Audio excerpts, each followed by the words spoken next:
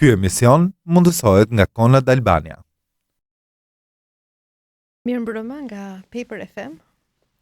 Unë jam Anila Sulstarova dhe sot në emisionin Fije Jete do të flasim për brezat. Për faktin që ti dhe unë shpeshherë kemi thënë, wow, ç'a brezi është ai që vjen pas nesh.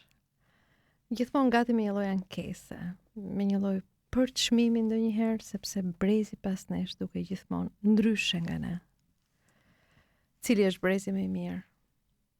Është ai që sakrifikoi gjithçka për familjen? Është brezi që nuk u dorëzua kurrë? Brezi që u bë burr apo u bë grua përpara kohe? Apo brezi që flet për ndjenja dhe shkon terapi dhe ka të nevojshme të jetë mirë me veten? Ky emision është për ju që jeni të rritur me idenë që heroizmi është të mbash gjithçka mbi supe. Në fakt, kush tjetër e sheh lodhjen tënde përveç pasqyrës dhe rrudhave që shtohen? Për brezin që krenohet që unë ja dola vetë. Pyetja për ju është kur ka qenë hera e fundit që i besua dikujt?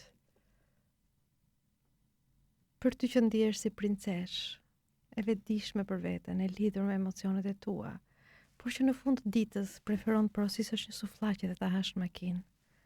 Sa e qartë është marrëdhënia jote me veten. Për ty që thua, unë jam autentik, unë jam vetja ime. Sa nga ajo që ti je vërtet është e jotja? Dhe sa është version që ti poston për të tjerët në Instagram apo Facebook? Sigurisht që çdo brez ka idhujt e vet. Njëri adhuron sakrificën, tjetri pavarësinë, dikush tjetër vetë realizimin, dikush tjetër të qenit i veçantë. Dhe çdo brez mendon se ka gjetur të vërtetën. Ndoshta e vërteta është shumë pak heroike nga ajo që mendojmë, sepse çdo brez ka mbijetuar, ka gjetur mënyrat për të mbijetuar dhe tani thjesht po përpiqet që ta shes atë mënyrë si mënyra e vetme më e vlefshme. Ky nuk është një emision që do mbrojë ndonjë nga brezat, sepse secili prej tyre ka dhimbje, ankth, depresion, vuajtje, patologji. Dhe secili ka vlerat e veta. Nuk është problemi se cili brez është më i miri, cili është më defektozi. Problemi është se cili brez mendon se ka të drejtë. Dhe brezi tjetër dëgjon për ta kundërshtuar dhe jo për ta kuptuar. Përfytyro një ditë të diele në drek. Skena është një drek familjar. Në tavolinë ka mish, sallat, bukë, verë. Është ulur gjyshi, diku rreth 75 vjeç, vajza e tij, diku rreth të 50-ave, dhe mbesa e tij, diku rreth 25 vjeç. Gjyshi përfytyroi që është duke mbushur pjata dhe thot, mos e lini ushqimin nuk hidhet. Shqyqur zotit që kemi për të ngrënë.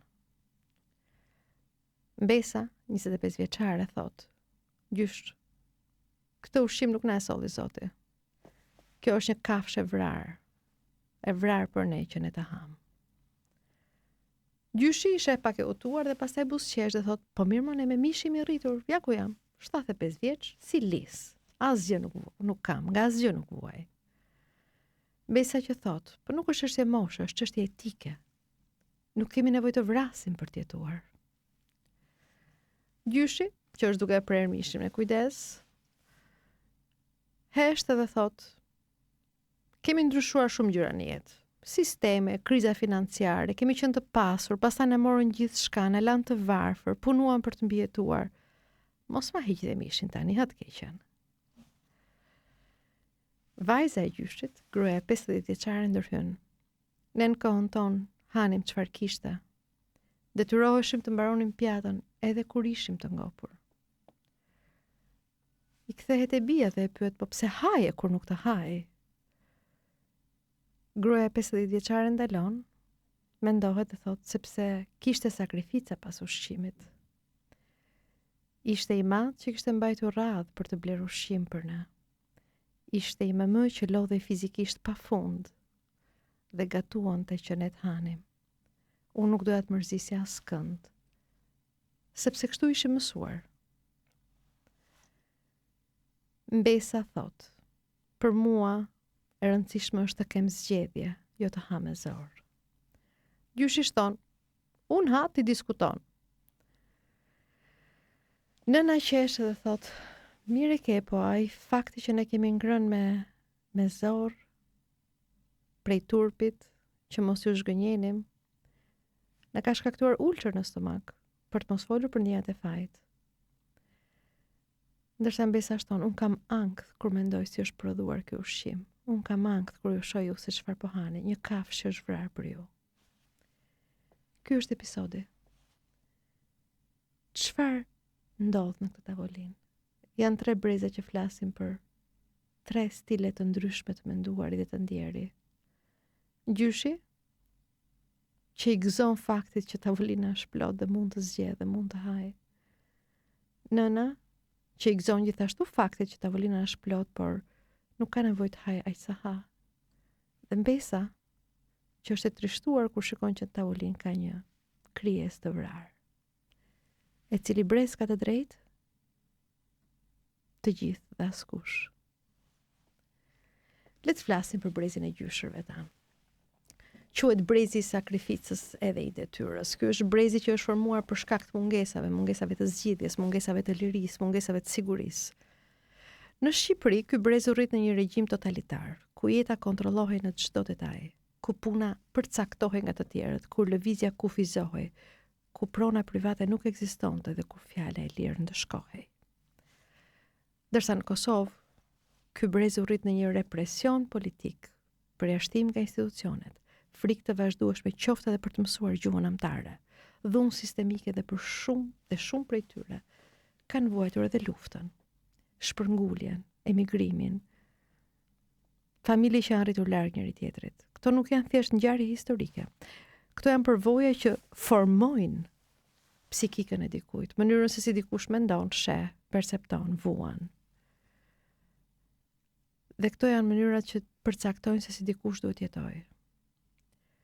Brezat formohen nga përvoja të përbashkëta historike. Dhe kur rritesh në kohë krize, karakteri yt organizohet rreth mbijetesës. Për këtë brez, mbijetesa nuk është metaforë, është realitet, ishte realitet. Ndaj raporti i tyre me veten është funksional, ata nuk pyesin kush jam unë. Pyetja e tyre është çfarë duhet bëj për të mbijetuar. Dhe identiteti i tyre përmbledhet me fjalinë unë jam ai që mbaj familjen, që nuk lë në balë familjen dhe vlera matet vetëm me sakrifica. Në terma psikologjik, struktura e tyre ndërtohet mbi detyra është mbi ndjenjën, roli është mbi dëshirat, funksioni që duhet të kem për familjen është mbi atë që unë do të doja të kisha. Natyrisht që janë brez që kanë provuar emocione, por nuk kanë pasur kohë, hapësirë dhe as gjuhë për të shprehur ato. Kanë jetuar në një kohë ku të shprehjen ndjenjat mund të shihej dobësi, madje edhe rrezik. Njerëzit që ishin të dobët atë kohë, ndaj mësuan të heshtin. Dhe kur dikur në terapi kam pasur një burrë të 60-tave, tha unë nuk di të flas për ndjenjat. Unë di të them vetëm që familjen time nuk e kam lënë kurrë pa bukë. Kjo është forma ime e dashurisë. Kështu ka qenë mënyra se unë kam dashur t'u tregoj atyre që ju jeni të rëndësishëm për mua. Për këtë brez, dashuria është sakrificë. Ky është brezi i vlerave materialiste. Të jenë të sigurt të kenë bukë në tavolinë, të kenë punë. Mirëqenie emocionale ishte sepse vërtet u duhej të mbijetonin. Raporti tyre me botën është sipas tyre shumë realist dhe i vrasht ndonjëherë. Për ta, bota është një vend që duhet përballuar. Për Shqipërinë e mbyllur dhe për Kosovën e shtypur, njerëzit mësuan një gjë. Mos prit që bota të jetë e drejtë. Ndaj në fjalit e tyre ne ndeshim shpesh fjalit të tipit në kohën tonë nuk kanë kohëshim. Duhet të durosh. Familja do sakrifica. Ky është brezi që e quan lodhje normalitet dhe pushimin dobësi. Ata nuk janë kundër lumturisë, thjesht nuk kanë pasur kohë të dinë se çdo të thotë të jesh i lumtur. Trupi për ta nuk është vend kënaqësie, mënyrë që mund të kënaqen. Trupi është instrument pune. Ata duhet të jenë të shëndetshëm që mos bëhen barë për të tjerët, që të jenë të mund të bëjmë punët e shtëpisë. Kënaqësia për ta është luks dhe ndonjëherë faj. Ndaj kur ata dëgjojnë një individ të një brezi më të ri që thotë dua të ndiej mirë me veten, për ta përkthehet, nuk kam nevojë për përgjegjësi më shumë. Dhe për këtë brez të mos kesh përgjegjësi, është si të humbasësh një pjesë të rëndësishme të vetes. Ky brez ka përjetuar humbje të mëdha, humbje njerëzish, humbje vendesh pune, humbje mundësish. Nuk kanë ditur dhe nuk kanë mundur të jetojnë jetën që kanë dashur. Dhe mënyra që ata kanë zgjedhur është hesht, roje brenda vetes dhe ec përpara. Nuk kanë pasur kohë për vete. Dhe tani që kanë, që janë pension kryesisht, nuk dinë si ta organizojnë. Dhe jo rrallëherë, pas pensionit, ky brez përjeton shenja depresione, që nuk është vetëm në Shqipëri, kjo është edhe në botë. Ndërkohë që dëgjoj nga brezat më të rinj që thonë që unë dua të punoj aq fort që në moshën 40 vjeç të dal në pension. Për këtë brez, kjo fjali është utopike, nuk futet fare në sistem. Qëllimet e tyre ekzistenciale kanë qenë të qarta, stabilitet, familje, siguri ekonomike dhe respekt nga të tjerët. Qëllimet nuk i kanë zgjedhur me dëshirë. Qëllimet kanë ardhur nga ajo që pritin në terma social, historik dhe kulturor. Kur nuk pyetën veten, çfarë dua unë të bëj? Pyetja e vetme që ata kishin, çfarë duhet të bëj për të mbajtur veten në këmbë, për të mos lënë familjen në baltë. Dhe e bën. Dhe sot përballen një brez të ri që kërkon mirëqenie emocionale. Ata ndjen të refuzuar nga kjo botë ku emocionet kanë kaq shumë zë. Sepse për ta duket sikur çfarë do që ata kanë bërë nuk mjafton. Kanë lënë diçka mangut. Padyshim që ti ke një gjysh në mendje, ti ke një baba në mendje që thotë kam sakrifikuar për të. Dhe ti më thua që unë nuk kam qenë emocionalisht i pranishëm? Këtë gjë e vuajnë realisht. Sepse askush nuk u mësoi këtyre njerëzve si të jenë emocionalisht të pranishëm. As për veten e tyre dhe as për të tjerët. Ata mësuan vetëm çfarë duhet bërë, jo si duhet ndjerë. Dhe këto përballje me brezin e ri për mirëqenien emocionale hutohen, zemërohen. Për shembull kur dëgjojnë fjalin kam nevojë për kohë për veten time. Ata mund të tronditen çdo të thotë kohë për veten. Jeta nuk është pushime, jeta është punë, jeta është sakrificë, jeta është kursime. Të dy palët kanë të drejtë. Edhe ata që kërkojnë kohë për vete, edhe këta që nuk dinë se ç'është koha për vete. Sepse në këtë moment kemi dy përkufizime të ndryshme, dy mënyra të ndryshme të kuptuarit të jetës. Për dikë është jeta për të jetuar, për dikë është për të mbijetuar. Dhe ky është konflikti. Po nëse do kisha përballë dikë të këtij brezi, do doja ta pyesja, nëse gjithë jetën ke mësuar të mbash të tjerët, të kujdesesh për të tjerët, si e kujdesur për veten tënde? Tani është momenti që para se të kalojmë tek gjenerata X, të dëgjojmë një këngë. Hajde. Rikthehemi në emisionin Fije Jete. Përpara këngës po flisnim për brezin e lindur deri rreth viteve 1965. Tani do ndalemi pak më gjatë tek ata që kanë lindur mbas vitit 1965 deri rreth viteve 1980 dhe quhet gjenerata X. Gjeneratës së cilës unë i përkas, edhe gjithmonë më ka habitur X-i. Si e panjohur që asnjëherë nuk u kuptua, nuk u njoh. Kjo gjenerat mësoi që të fokusohet më shumë tek vetja. Jo për emocionet, jo për t'i dhënë kohë vetes, por ndryshe nga brezi më parë, ky nuk është brezi i sakrificave heroike, ky është brezi i vetmisë funksionale. Ky brez mësoi të mbaj veten, të mos mbështetet tek njeri, të mos besoj tek njerëzit.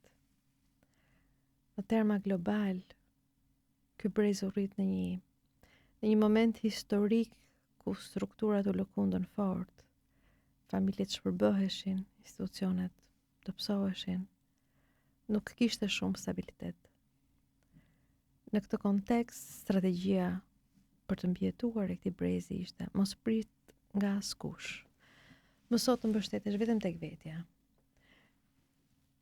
Për te situatës globale edhe në Shqipëri dhe në Kosovë, kjo nuk është thjesht një teori sociologjike, është një përvojë drejt për drejt, sepse në Shqipëri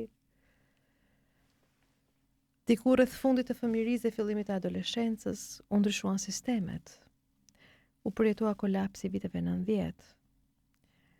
Varfëria u bë institucion. Përjetuan firmat piramidale. Përjetuan një fenomen të ri, emigrimin. Familje që deri dje jetonin bashk, u ndan, u humbën.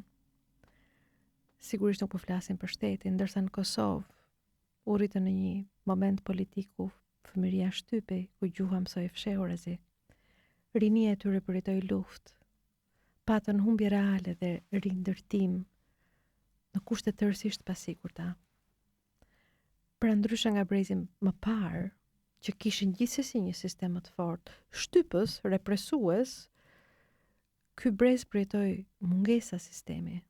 Dhe kjo ndryshon shumë në mënyrën se si ata kanë ndërtuar raportin me veten, sepse raporti me veten e tyre ishte beso vetëm tek vetja, mbështetu vetëm tek vetja.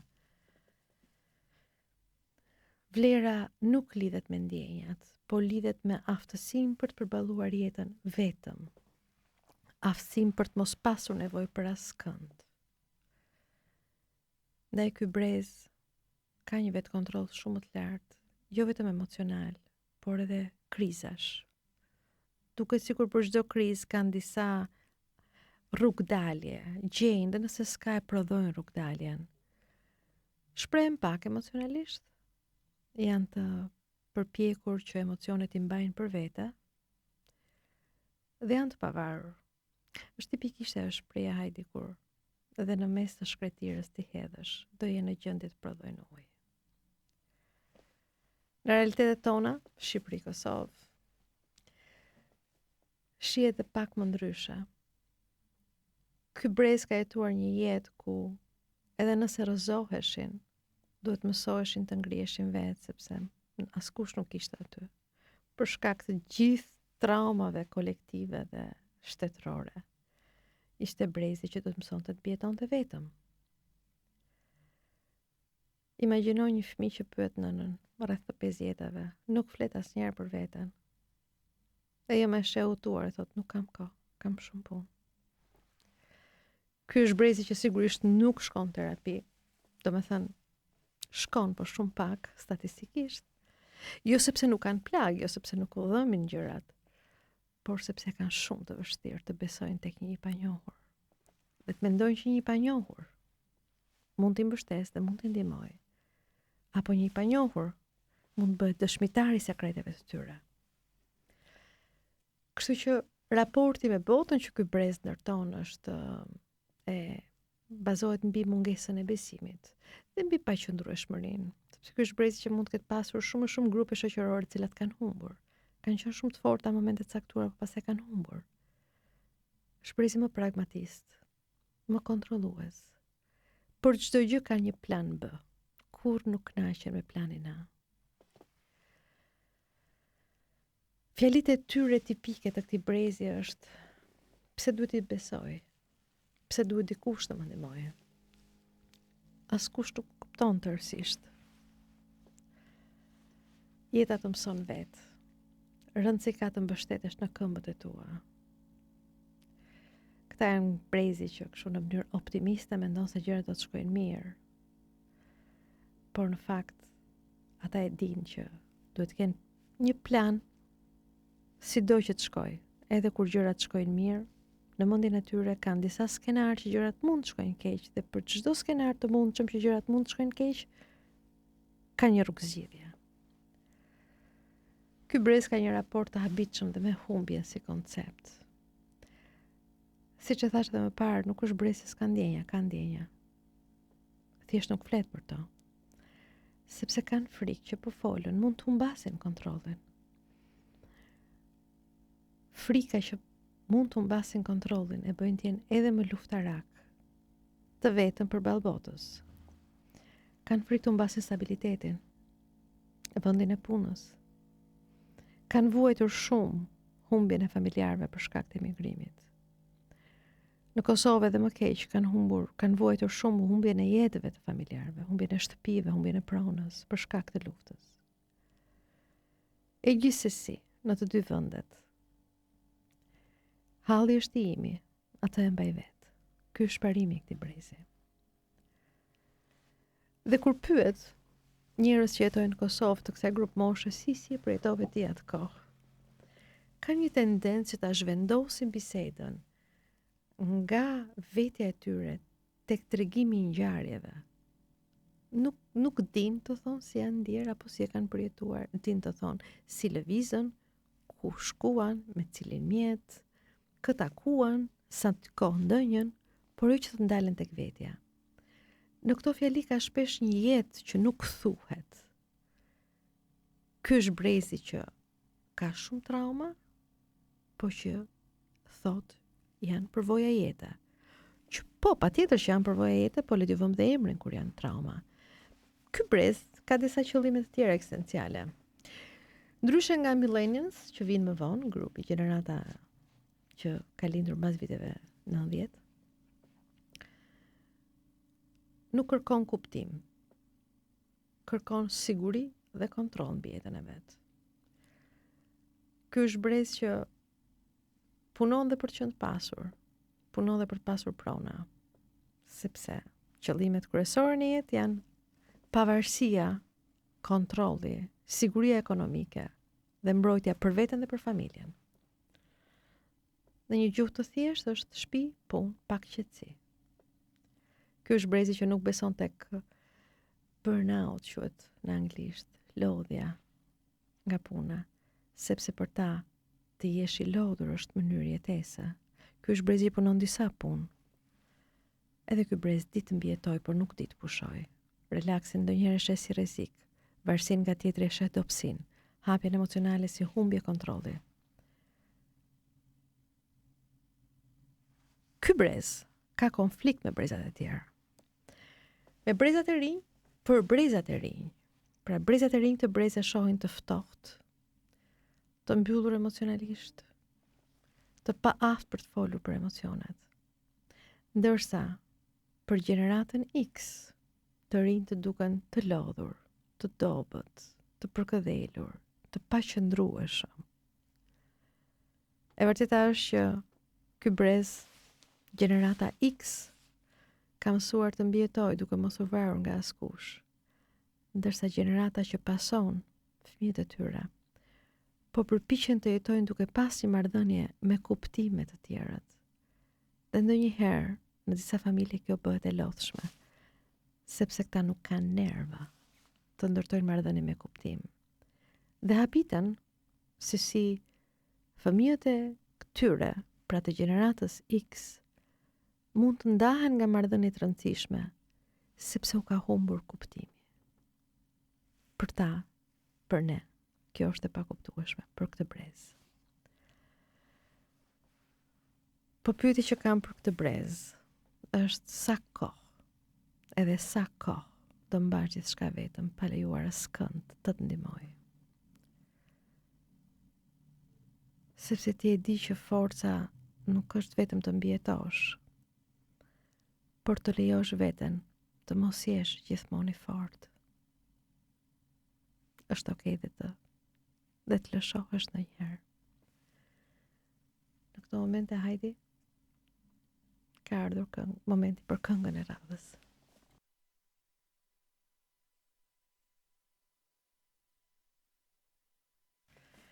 Mirë mbrëma sërish nga unë Anila Sulstarova dhe emisioni Fije Jete. Në këtë moment të emisionit do të flasim për brezin që kërkon kuptim, por dhe është i mbytur nga pasiguria. Janë brezi që ka lindur rreth viteve 1980-81 deri rreth 1996-97. Ky brez ka kaluar momente historike specifike, sidomos në Shqipëri. Të paktën gjatë fëmirisë dhe të dy ne e dim që ngjarjet në fëmijëri formojnë shumë për mënyrën se si jemi, si shohim veten, si shohim botën. Ky brez është rritur me mesazhe po sakrifikojmë,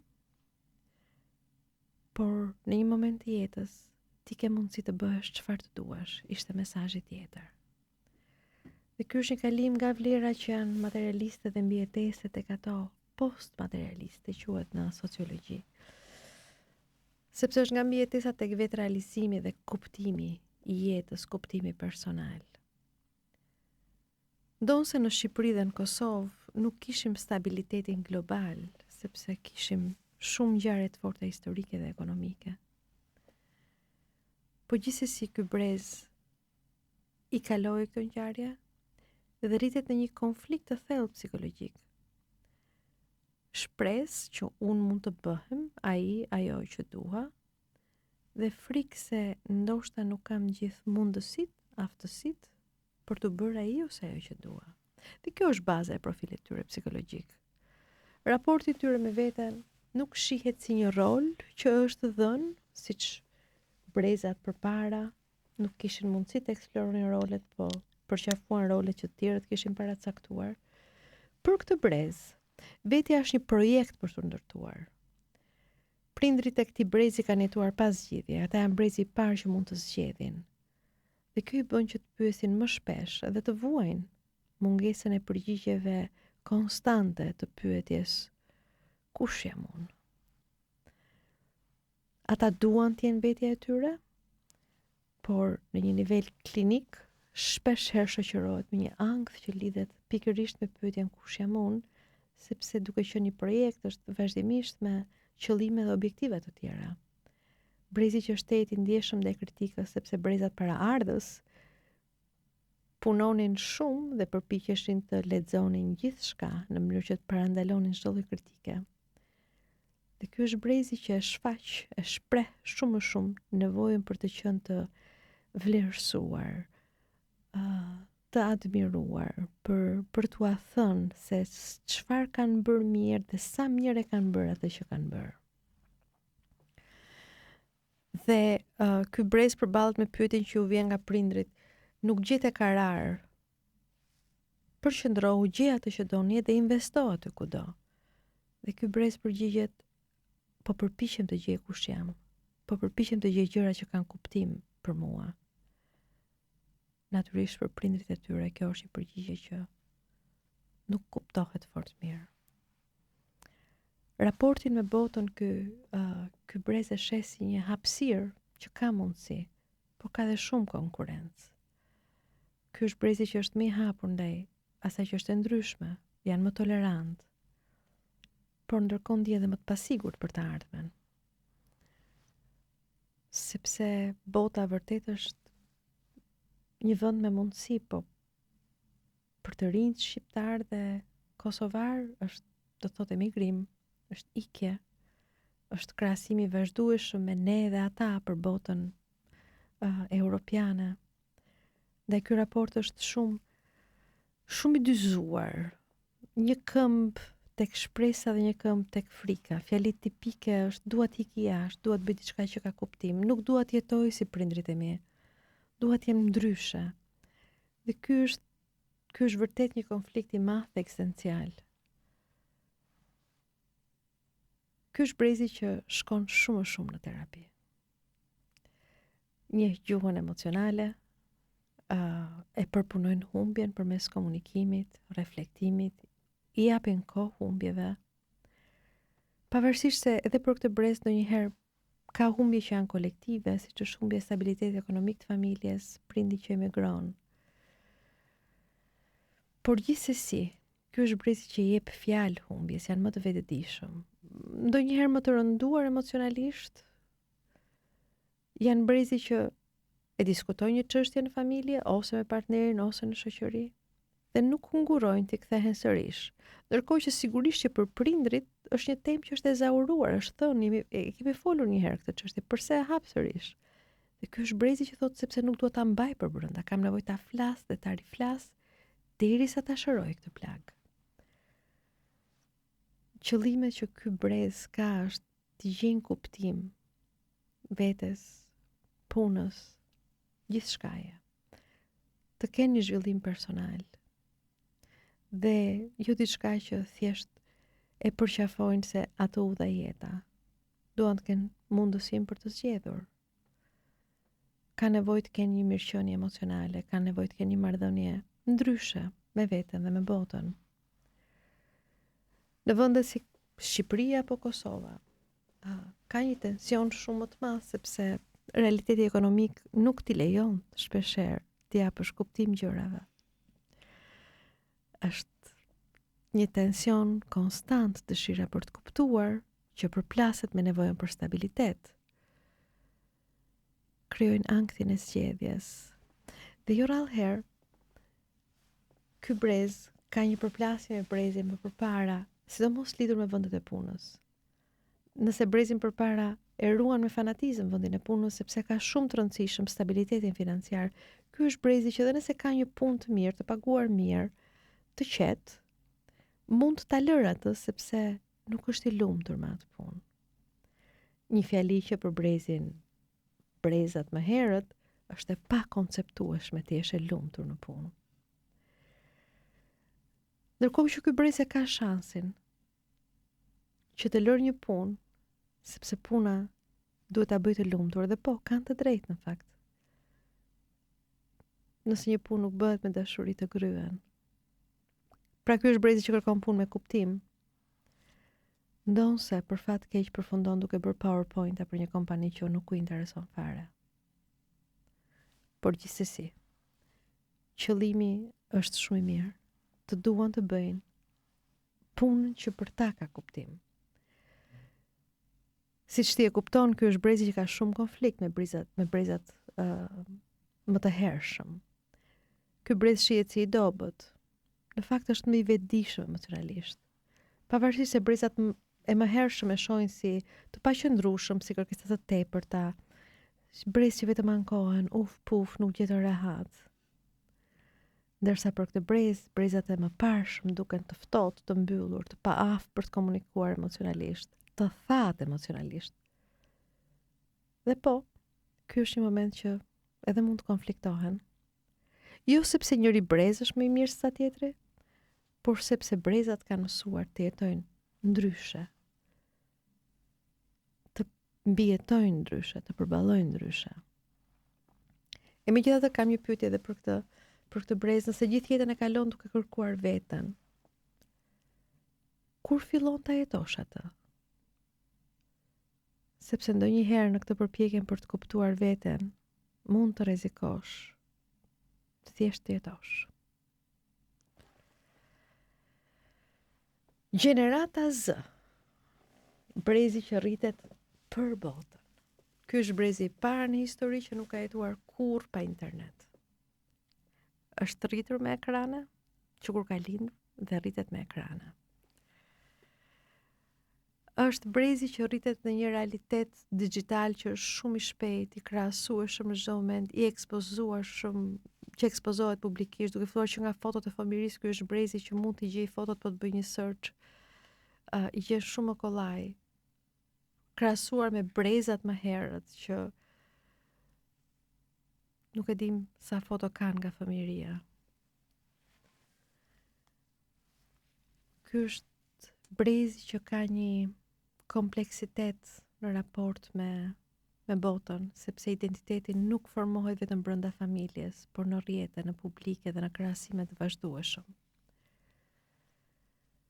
Ky është brezi që janë rritur nga prindër që e kanë njohur varfërinë, pasigurinë, familje që kanë sakrifikuar për të dhënë mundësinë. Por dhe që çdo gjë e tyre lidhet me të qenit I ekspozueshëm në mënyrë që bota t'i shoh.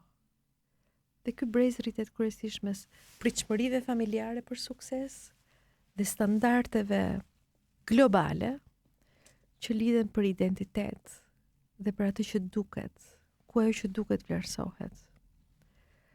Ndryshe nga brezat më parë, gjenerata Z nuk ka një identitet të qartë, është shumë e lëngshme, fluide. Identiteti në këtë brez ndërtohet në përrjete, në marrëdhënie, në reflektime të vazhdueshme publike. Kanë një vetëdije emocionale shumë të lartë, por bashkë me të është dhe një pasiguri shumë ekstreme. Ky është brezi që e gjen veten duke bërë refresh çdo 10 sekonda nëse e kanë gjetur veten, sepse janë gjithmonë në kërkim të vetvetes. Bota, raporti me botën për këtë brez është e hapur, është e shpejtë, është e mbushur me zëra, është e mbushur vetëm me krahasime. Ka një ankth të vazhdueshëm, ka një ndjeshmëri shumë të lartë ndaj opinionit social. Ka një presion për të pasur suksese, jo vetëm akademike, madje këto mund të kenë rënë pak, po shumë suksese ekonomike. Nevojë për të dukur që janë të veçantë, që kanë një stil të veçantë jetese, një stil të veçantë komunikimi, përballimi vuajtjesh dhe dhimbjesh. Ka nevojë që çdo gjë ta ekspozojnë. Ky është brezi ku çdo njeri është standard dhe çdo standard është I arritshëm vetëm online. Dëgjon shpesh nga ky brez që thotë duhet të bëj diçka që ka kuptim, duhet të dukem mirë, duhet të jem dikush. Po, ky është brezi që mund të ketë dhe 5000 ndjekës në rrjetet sociale, po ndihet më vetëm se kurrë. Gjenerata Z e përjeton humbjen në një mënyrë intensive dhe të ekspozuar, në sensin që ka nevojë të ekspozojnë nëse u mbasin dikë, nëse ju vdes dikush, nëse dështojnë një provim, nëse ju ka qelluar e skaduar ajo që ka mbledhur nëpër mini markete, patjetër që bëjnë video dhe ekspozojnë atë. Rrjete sociale, shkrime publike, ekspozojnë gjendjet e tyre emocionale. Sigurisht që në një kontekst si Shqipëria dhe Kosova ka një përplasje shumë të madhe me familjen, sepse janë rritur në familje ku ende promovohet ideja që problemet nuk I nxjerrim jashtë shtëpisë. Ndërkohë që kjo është gjenerata ku çdo gjë jetohet jashtë shtëpisë. Humbja, edhe ky brez e vuan humbjen, jo vetëm materiale, po edhe njerëzore. Humbja për ta janë ndarje dështimet personale, por sidomos humbja për ta është humbja e marrëdhënieve sociale. Sepse këto marrëdhënie krijojnë ndjesi të thella boshllëku dhe krahasimit vazhdueshëm. Dhe ky është brezi që vuan shumë nga ankthi se brezat më herët. Sepse nëse brezat më herët kishin disa pika reference, kryesisht të arritshëm, ky është brezi që ka shumë pika reference të cilat ndryshojnë në varësi të kush është më in, kush është më I ndjekuri, kush është më famozi në rrjetet sociale. Ky është brezi që thot jam mirë dhe pastaj për 2-3 minuta bën një video të gjatë se sa keq është, sa shumë vuan të jetojë në këtë botë kaq të padrejtë. Sigurisht edhe ky brez ka qëllimet e tija që lidhet me të qenit krejtësisht I veçantë, ndonse janë krejtësisht të ngjashëm. Ka nevojë të duken, që bota ta dinë që këta ekzistojnë. Ka nevojë të kenë një zë dhe një identitet, pavarësisht se ankthi u buron pikërisht sepse qoftë zëri, qoftë identiteti janë krejt të ngjashëm me shumë të tjerë në përbot. Këta janë brezi që vuajnë nga të jem dikush tek do doja të shihesha sikur jam dikush. Dhe në vendet tona kjo përplaset me realitetin ekonomik, që është treg pune I pasigurt, pritshmëritë familjare, presioni boll humbe kohë. Ky është brezi që kërkon punë me kuptim gjithashtu dhe përfundon duke bërë reelsa për brende, për marka që nuk I përdorin kurrë. Motoja e tyre është duhet gjej kush jam në një botë që më sheh gjithmonë dhe harron gjithmonë se kush jam. Frika e vërtet që ky brez ka, është frika se mos nuk mjafton. Ky brez ka shumë vetdije, po ndonjëherë pikërisht kjo vetdije bëhet në një cikël paralize sepse nuk arrin dot të gjejnë rrugdaljen e tyre. Rrugdaljet ndryshojnë në varësi të trendeve që janë online. Është brez që performon në mënyrë pafund për çdo kënd të ri që është online. Vuajnë sepse nuk janë aq të veçantë sa do donin të ishin dhe vuajnë sepse nuk janë perfekt aq sa të donin që të ishin. Kjo gjenerat, për gjeneratat e mëhershme, duken të ndjeshëm, shumë të fokusuar tek vetja dhe të paqëndrueshëm. Ndërsa kjo gjeneratat më herët ishe të ftohtë, të mbyllur, të pa aftë për të dëgjuar, të pa aftë për të kuptuar. E vërteta është që njëri brez ka mësuar të mbijetoj, tjetri ka mësuar të ndjej se duhet të ekzistoj. Pyetja që kam për këtë brez është, nëse gjithë bota të sheh, a ke hapësirë ti është thjesht vetja jote, pa performuar për askënd? Hajde si gjenerata Z që je, da vendos një këngë.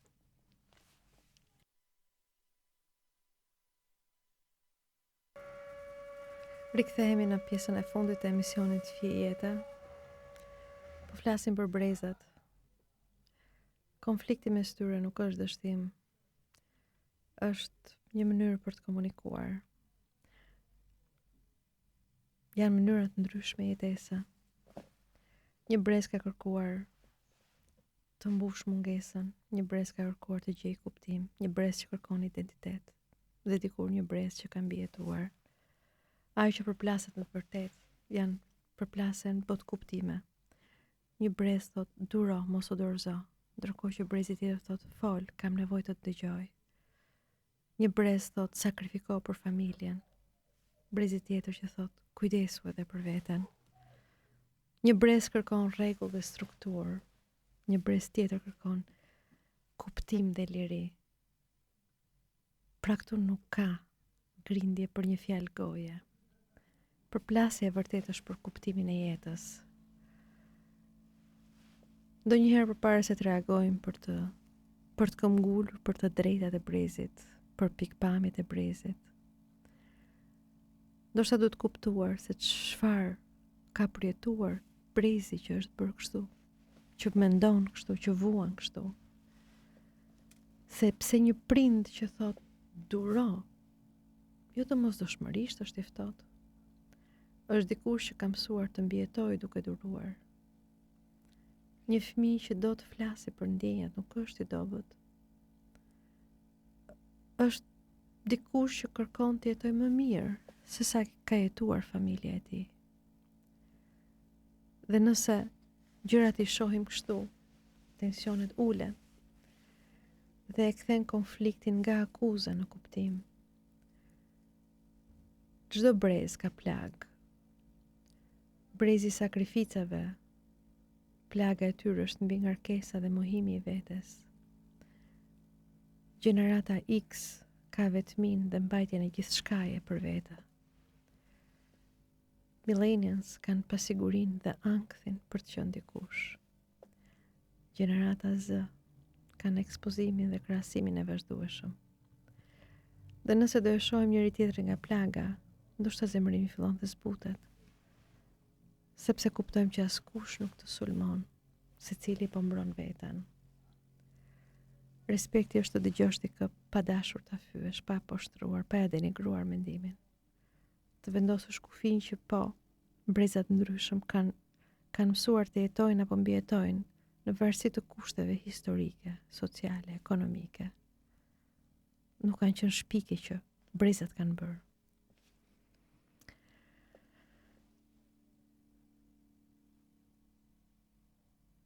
Njerëzit ka nevojë për pranin, të dëgjohen pa ndërprerë, të mos përdoret historia për të sulmuar tjetrin apo për të denigruar tjetrin. Çdo brez ka bërë më të mirën që ka ditur në kohën që ka jetuar.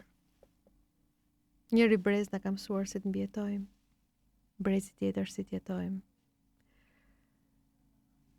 Jemi të ndryshëm.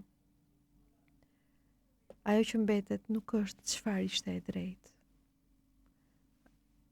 Ajo që mbetet është si rri familja dhe kur ka përplasje dhe vështirësi. Çdo brez ka bërë më të mirën që ka ditur në kohën që ka jetuar. Dhe ndoshta pikuria e një familje nuk është që ta bëjnë njësoj siç e kanë bërë paraardhësit, por ndoshta të mësojnë të jetojnë me gjithë ndryshimet që brezat e rinj sjellin, pa u shkatëruar prej ndryshimeve. Sepse ajo që është e rëndësishme është që çdo brez i mëson tjetrit si të jetojë, mbijetojë. Dhe kur këto gjëra bashkohen, familja bëhet vendi ku jetohet dhe nuk përplasemi. Sigurisht që ndoshta nuk do bijem kurrë dakord për gjithçka. Ndoshta prindrit tanë do vazhdojnë të këmbgulin se duhet të durojmë, duhet të sakrifikojmë. Ndoshta brezi i ri do vazhdojë të këmbgul që fol, kam nevojë të kuptoj. Ndoshta një brez do e mas dashurinë me sakrificë, tjetri me mirëqenie. Po sigurisht që nuk kemi nevojë të bëhemi njësoj për të jetuar bashkë. Mjafton të kuptojmë që secili prej nesh është rritur në një botë tjetër me frikra të tjera, me dhimbje, me mungesa, me mënyra për të jetuar, për të shijuar, për të mbijetuar.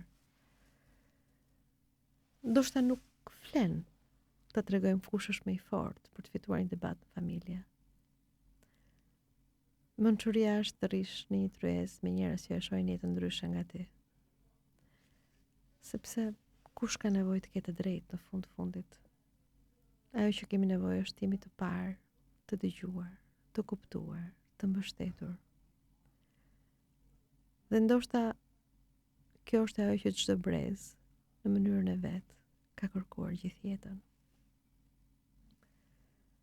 Natën e mirë. Dëgjohemi të hënën që vjen.